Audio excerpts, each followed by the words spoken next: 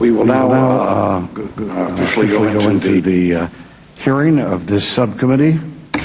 I call this hearing of the Oversight and Investigation Subcommittee of the House Foreign Affairs Committee to open, and I will be having opening remarks. We will then have short opening remarks from members of the committee, and then we will go to our panel of witnesses. And I'm Congressman Dana Rohrabacher. I welcome you to this hearing. And as we move from the briefing on the April attack, it should be noted that Camp Ashraf has, for more than 20 years, been the home of 3,400 members of the Mujahideen-e-Khalq, that's MEK, a key opposition group working against the radical Islamic Iranian dictatorship.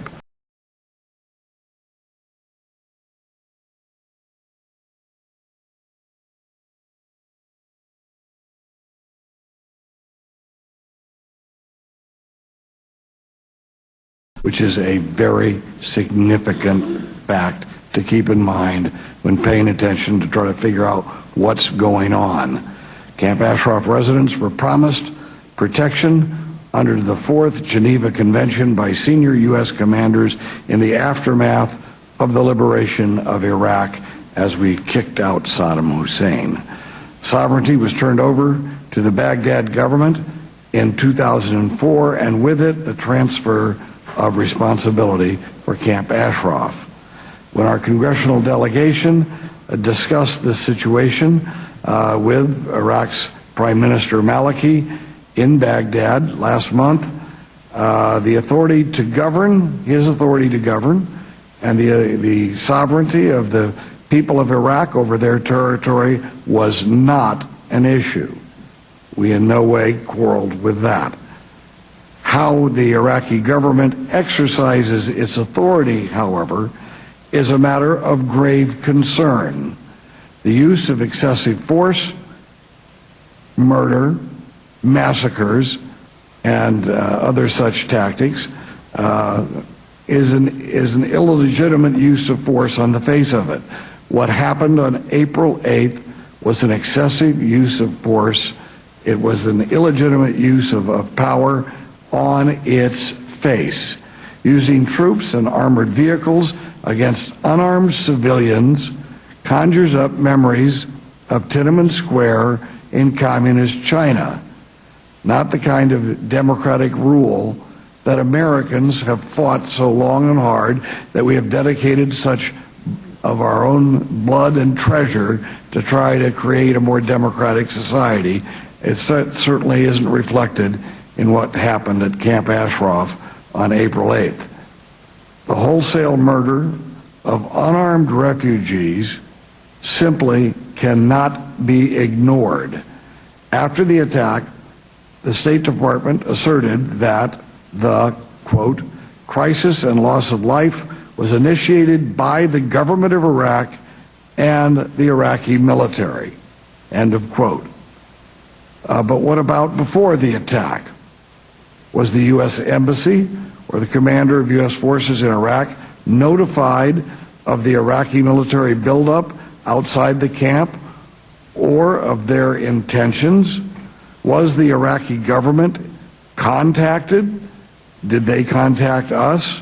If so, what was the response? What response did we give them? And what was the Iraqi response if we questioned them? Why was a United States unit deployed at Camp Ashraf ordered away just hours before the attack? We would like to have asked the State Department these questions.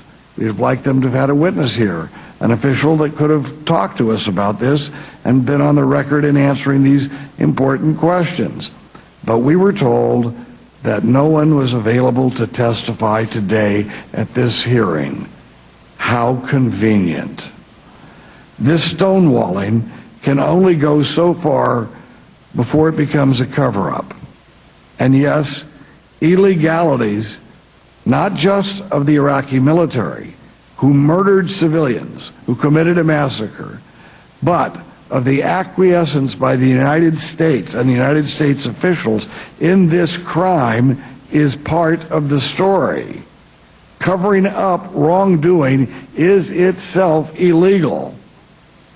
A second issue of concern is whether the Maliki government acted in concert with the Iranian dictatorship. Prime Minister Maliki's political party is based on support from the Shiite community of Iraq.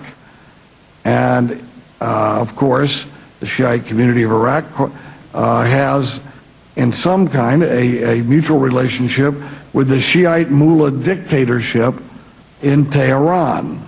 Maliki's majority in the parliament depends on the political bloc that's controlled by Mr. al-Sadr, an open agent of Tehran, and whose Mahdi militia has often clashed with U.S. forces.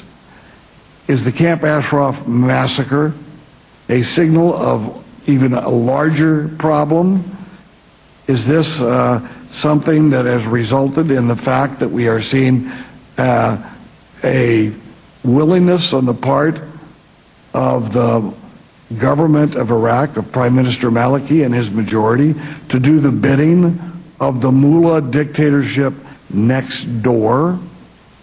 Well, if something like that is happening, and this is the reason why Iraqi military forces felt compelled to go into Camp Ashraf and massacre its residents, maybe this calls into question the entire purpose of America's involvement in Iraq to begin with. Has America spent its blood and treasure only to allow a government to come to power in Baghdad that is a puppet of the Iranian mullah dictatorship? In 1997, Iran and the State Department persuaded the Clinton administration to put the MEK on the foreign terrorist list, or foreign terrorist organization list. This naive gesture was supposed to improve relations. But we know that relations did not improve with Tehran because Tehran continued to support violence and terrorism across the region and crush dissidents at home and develop nuclear weapons. So certainly putting the people of Camp Ashraf on the terrorist list certainly didn't do any good, even if it was dishonest and in its intent to begin with. The MEK, however, remains on the terrorist list, even though it's clear the mullahs didn't start coming around and becoming more, acceptable in their behavior. The United Kingdom and the European Union have removed the MEK from terrorist lists. So we should quit playing games and also remove the MEK from terrorist lists before it results in another massacre, which is one thing that needs to be answered.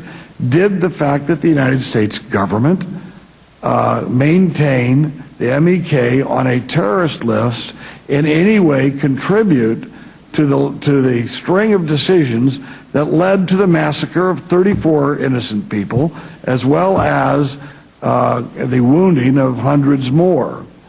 Now, we have learned much. We have much to learn today. What really happened on April 8th? Can we continue to protect Camp Ashraf? What is the solution? Should the residents be relocated to safe areas outside of Iraq?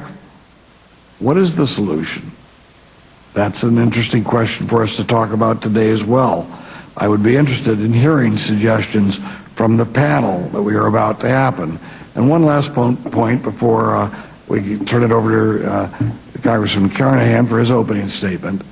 I believe I read in a paper that 34 people were killed just a day or two ago from bombs that went off in Iraq. And it's very easy to think that those 34 people, people are still being killed. Why are we concerned about Camp Ashraf when you have other people being killed in these terrorist attacks?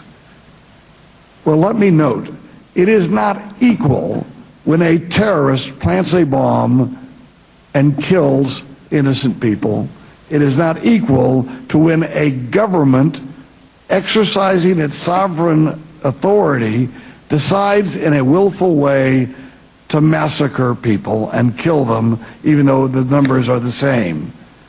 A government is expected to be responsible and to act legally and lawfully. A terrorist group, you will expect them to be the dregs of society and of the earth.